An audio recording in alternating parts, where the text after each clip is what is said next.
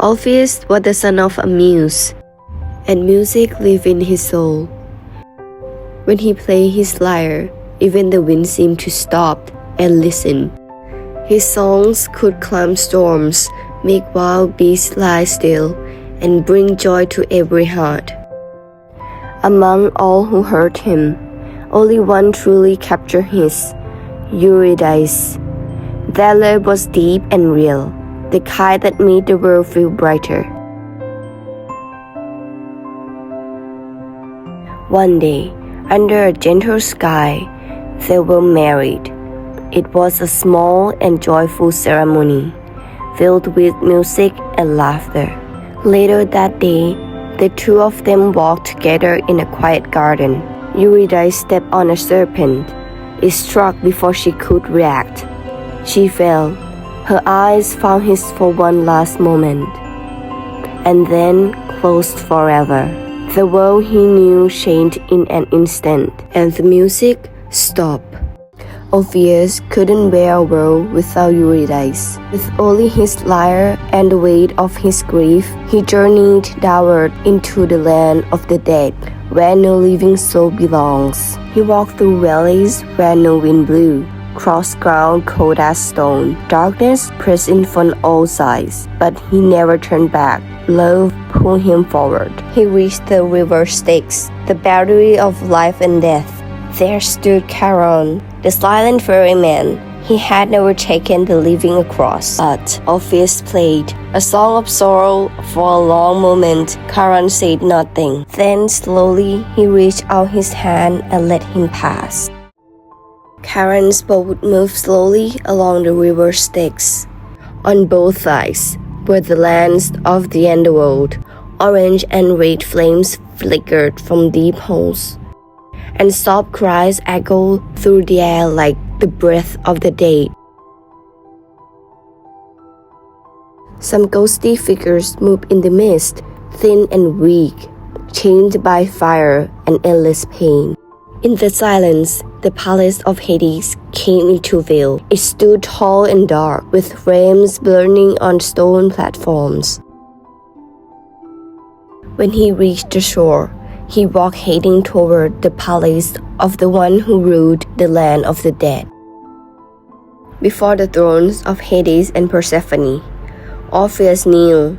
He sang with a shattered heart. His voice told of a love that had been lost, a pain so deep that even the shadows seemed to be echoed. His song rang through the realm of the dead, a sound so beautiful and sorrowful that all things fell still. Hades was not moved by pity. He was the lord of the dead, cold and bound by law, but he granted a chance. There is only one way, Hades said. Eurydice will follow behind you, out of the land of the dead, but you must not turn to look at her, not until you both have reached the world of the living. Hope sparked in Orpheus' heart. He nodded, ready to reclaim his love, even if the path was full of peril. Orpheus began to walk. The sound of his footsteps echoed in the silence below.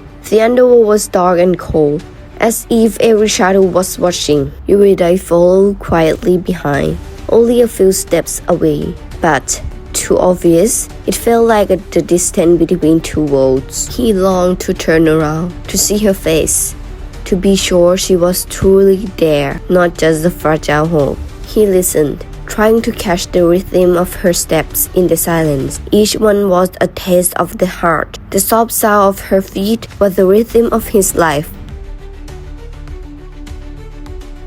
All above drew closer with every step. The sound of Eurydice's footsteps vanished. Then came the silence. Orpheus' breath shook. He dared not speak, dared not stop, dared not even glance behind. Is she still there, he thought, or was I deceived? In that instant, just a single moment of fear buried deep, Orpheus turned. She was there. Their eye met for just a heartbeat. Before Eurydice's form was pulled back into the shadows of the underworld, Her hand reached out for him, but faded with the winds of Hades' realm. Orpheus stood frozen in the silence, and his song was silent forever. He turned back.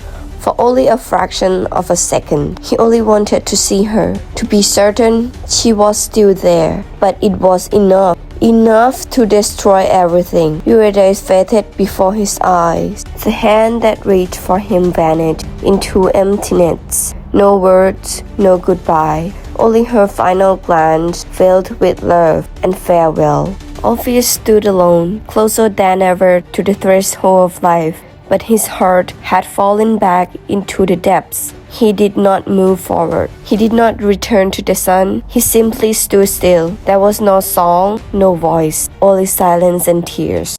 He returned to the world above, but not in a way you could truly call returning. He walked among people who could not see the emptiness in his eyes. There was no music anymore, no inspiration. No Eurydice. He never sang again, because his voice remained in the underworld with her forever. Until one day he vanished, and his final note faded with him, like love lost to time.